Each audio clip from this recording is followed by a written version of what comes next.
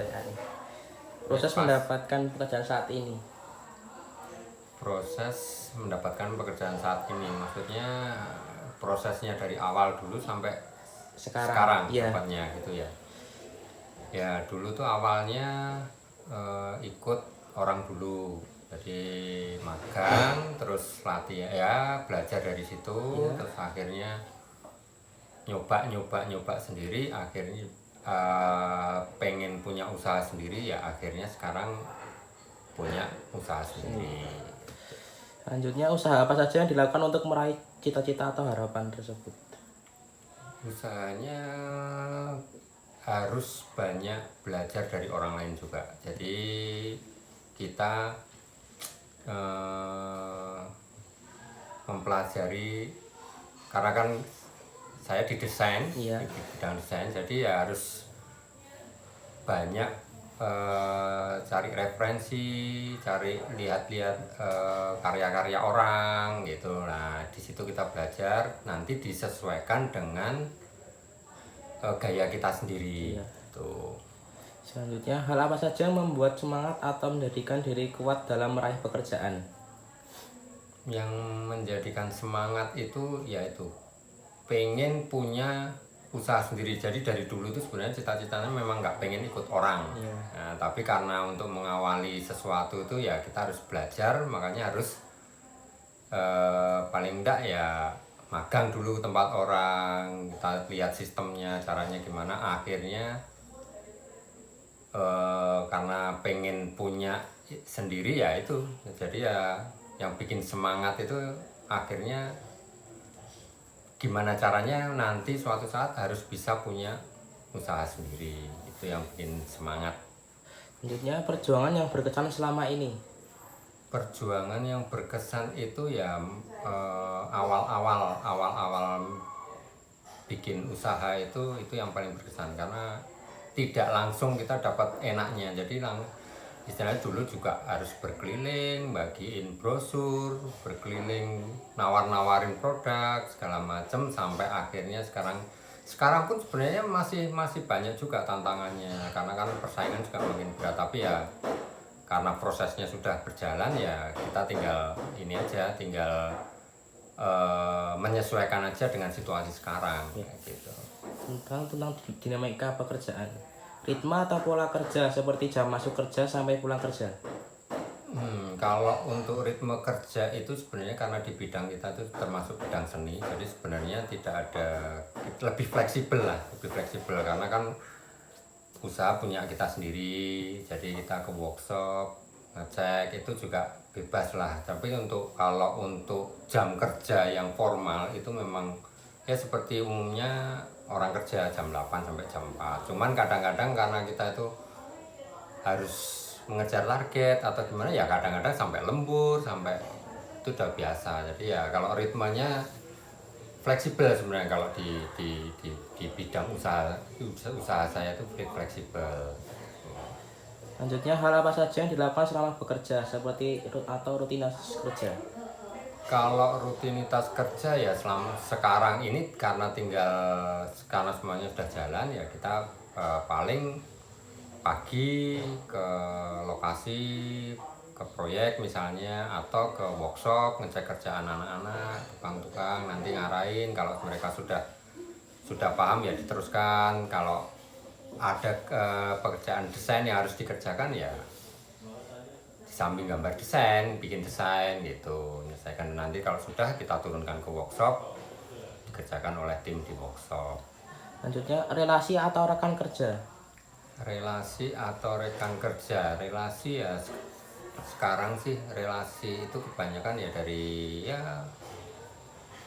masih pribadi, atau beberapa juga dari kantor itu juga ada, terus hotel seperti itu, karena mereka kan biasa juga maintenance untuk furniture gitu, untuk interior, penggantian wallpaper segala macam. Jadi ya kita masih relasi kita itulah di sekitar itu. Hal apa saja yang ditangani seperti bidang, benda atau orang dan lain-lain. Hal yang ditangani karena bidang saya itu di desain interior dan kontraktor, jadi ya sekarang banyak di furniture dan bangunan. Selanjutnya tantangan dalam pekerjaan, tantangan dalam bekerja. Tantangan dalam bekerja itu mengikuti mengikuti gaya atau tren yang sekarang. Jadi tantangan kita harus selalu belajar, selalu mencoba desain-desain baru, selalu lihat referensi. Jadi untuk mengikuti sekarang ini trennya apa, itu tantangan sih sebenarnya. Sama kalau sekarang ini kan teknologi, semua teknologi, jadi ya itu juga tantangan juga. Kita harus bisa mulai beralih dari gambar tangan ke komputer, seperti itu sih. Selanjutnya, hal apa saja yang perlu disiapkan dalam bekerja? Ya, keterampilan yang jelas, keterampilan yang harus dipersiapkan itu keterampilan itu udah dasar lah. Jadi kalau dalam kerja apapun, kemampuan kita atau skill atau keterampilan kita itu yang paling mendukung. Selanjutnya, keterampilan apa saja yang dibutuhkan atau disiapkan? Kalau di bidang kita itu ya terutama keterampilan yang harus kita siapkan itu ya itu tadi, seperti yang tantangan tadi, harus bisa mengeluarkan desain-desain baru yang inovatif, bisa menyesuaikan desain-desain yang sekarang baru tren. Untuk tim yang di workshop juga teknologi untuk teknologi yang berhubungan dengan kita itu juga harus mengikuti. Jadi bahan segala macam itu berkembang. Ya, jadi kendala yang pernah dihadapi dan bagaimana solusinya? Kendala yang pernah dihadapi itu biasanya kalau khususnya di Jogja itu kendala bahan. Jadi kadang-kadang konsumen minta sesuatu yang bahan itu susah. Jadi kayak kita kalau selama kita masih bisa custom, kita bikin, kita usahakan. Tetapi kalau memang tidak bisa, ya kita konsultasi lagi dengan konsumen. Nanti kita jelaskan permasalahan seperti ini, dan selama ini konsumen biasanya bisa mengerti. Jadi kendala-kendala yang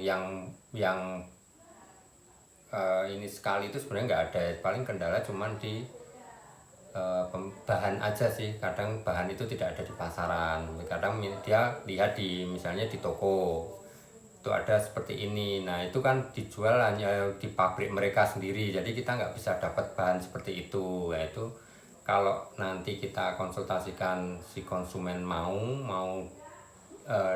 dengan model yang sama tapi nanti sistemnya tidak sama atau mirip, itu dia mau, ya kita teruskan. Paling kendalanya itu aja. Ya, untuk yang terakhir, pesan untuk siswa, pesan untuk hadapi dunia kerja. Kalau sekarang ini yang penting sebenarnya keterampilan itu paling ini. Jadi skill seseorang itu sekarang benar-benar penting lah, karena dengan keterampilan, dengan kemampuan yang itu bisa membantu nanti di waktu kerja. Keterampilan apa aja itu bisa. Apalagi kalau sudah mempunyai cita-cita pengen jadi ini, nah itu nanti yang berhubungan dengan itu keterampilan. Kalau misalnya di kita di desain, ya keterampilan menggambar, keterampilan membuat desain itu kita olah terus, itu nanti banyak membantu nanti pasti.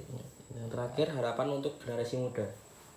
Harapan untuk generasi muda sekarang ya